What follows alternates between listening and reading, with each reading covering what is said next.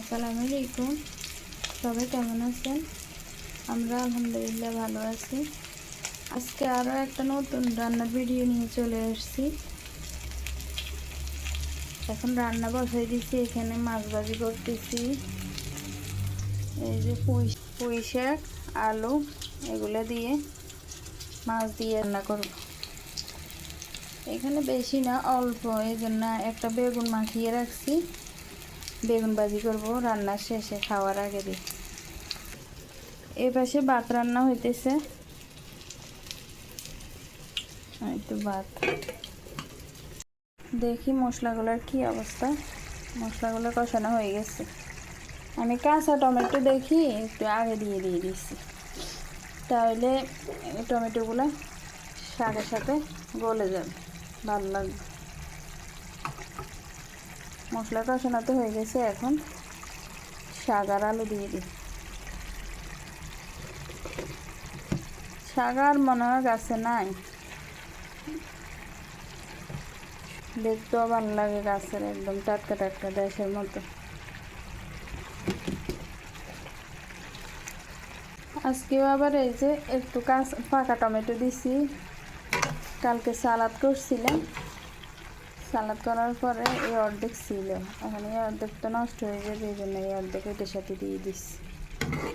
পুঁই শাক যা কয়েকদিন খেয়েছি আলহামদুলিল্লাহ, টাটকা খাইছি, ওইটাই ভালো লাগছে। আর এখন আছে কি, এখন আছে করলা আর টমেটো। ডাটা খাইছি, ডাটাও এখন আর নাই, ডাটা শেষ। শাকগুলো কষানো হোক, দেখি শাকগুলো কষানো হয়েছে কিনা। শাক একদম কষানো হয়ে গেছে, শাক থেকে আবার একটু পানিও বাইর হয়েছে। এবার আমি একটু পানি দিয়ে দিই।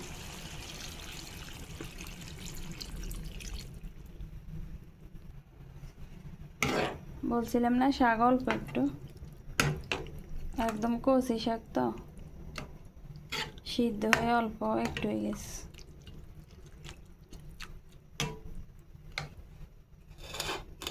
ভাজি করা মাছগুলো এখন দিয়ে দিব।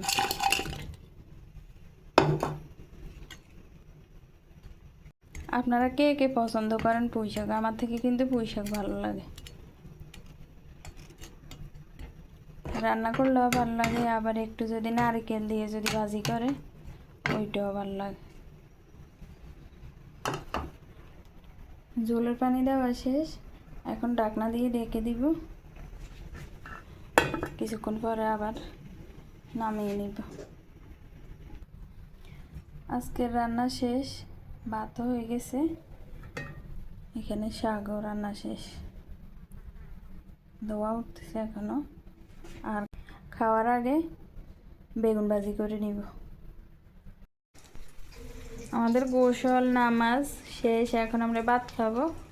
খাওয়ার আগে বেগুনগুলো ভেজে নিতেছি। গরম গরম বেগুন ভাজি অনেক ভালো লাগে।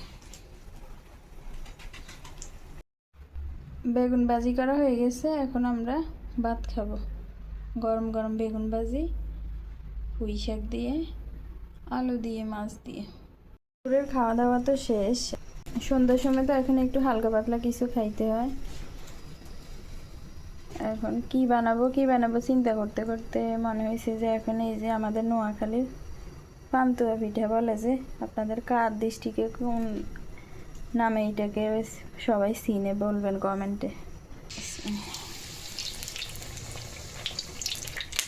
এই যে এখানে ডিম ভাজি করে নিচ্ছি এরকম। এখন এই যে ডোটার মধ্যে এই ডিমগুলোকে ভিজিয়ে তারপরে তেলের মধ্যে দিয়ে দিচ্ছি। একটা ডিম দিছি, এই যে একটা দিয়ে এটা উঠাবো, তারপর আবার এটা দিয়ে দিব। এইখানে ময়দা, দুধ, লিকুইড দুধ দিছি, গুঁড়া দুধ নাই দেখি লিকুইড দুধ দিছি, ময়দা দিছি, একটু অল্প পরিমাণে একটু বেকিং পাউডার, তারপরে স্বাদ অনুযায়ী চিনি, স্বাদ অনুযায়ী লবণ আর পানি। একটা নামিয়ে নিছি। এই যে এখন এইটা আবার এই ডোটার মধ্যে আবার ইয়ে করতেছি, ওইটা তুলে পাতিলেরটা তুলে আবার এইটা দিয়ে দিব। এই যে এইটা হয়ে গেছে, এখন এটা নামিয়ে আগেরটা আবার চুলার মধ্যে দিয়ে দিতেছি। আপনারা কমেন্ট করবেন যদি দেখতে চান এই ডোটা কীভাবে বানাইছি, তাহলে আমি এটার ভিডিও দেব।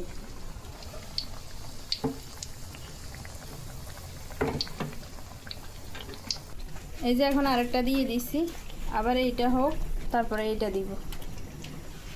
এইভাবে করে দুটোটা বানিয়ে নিতেছি। আপনারা সাথে থাকবেন, তাহলে দেখতে পারবেন পরবর্তীতে আমরা কি করি। শীতের সময় নাস্তাগুলো অনেক মজা লাগে, গরমের সময় তো এই যে এইসব তেলের জিনিস বানাইতে কষ্ট থাকতো, আবার খাইলেও ইয়ে লাগে, মানে যে গ্যাসের সমস্যা। শীতের সময় কিন্তু গরম গরম এরকম পিঠা হলে সন্ধ্যার সময় একটু ভালোই লাগে। তো সাথে থাকেন, আমরা আস্তে আস্তে দুটোটা বানিয়ে নিতেছি, তারপরে দেখবেন আমরা কিভাবে কাটি, কীরকম হয়। শীতের একটা বেস্ট একটা নাস্তা। দেখেন আপনারা, আমাদের দুটোটা পিঠা বানানো শেষ। এখন আমরা এই দুটাকে কাটবো। আর আজকে সৌদি আরবের মধ্যে এত বাতাস, এত ঠান্ডা, এখন সন্ধ্যার সময় এরকম গরম গরম পিঠা খেতে অনেক ভালো লাগবে। এই তো আজকে আমাদের এই পিঠা, পান্তুয়া পিঠা আমাদের বানানো শেষ। এখন আমরা খাবো। আপনারাও চাইলে এরকম শীতের সময় সন্ধ্যার সময় একটা নাস্তা হইলে অনেক মজা লাগে খাইতে। তো সবাই ভালো থাকবেন, সুস্থ থাকবেন, আমাদের সাথে থাকবেন। আল্লাহ হাফেজ, আসসালামু আলাইকুম।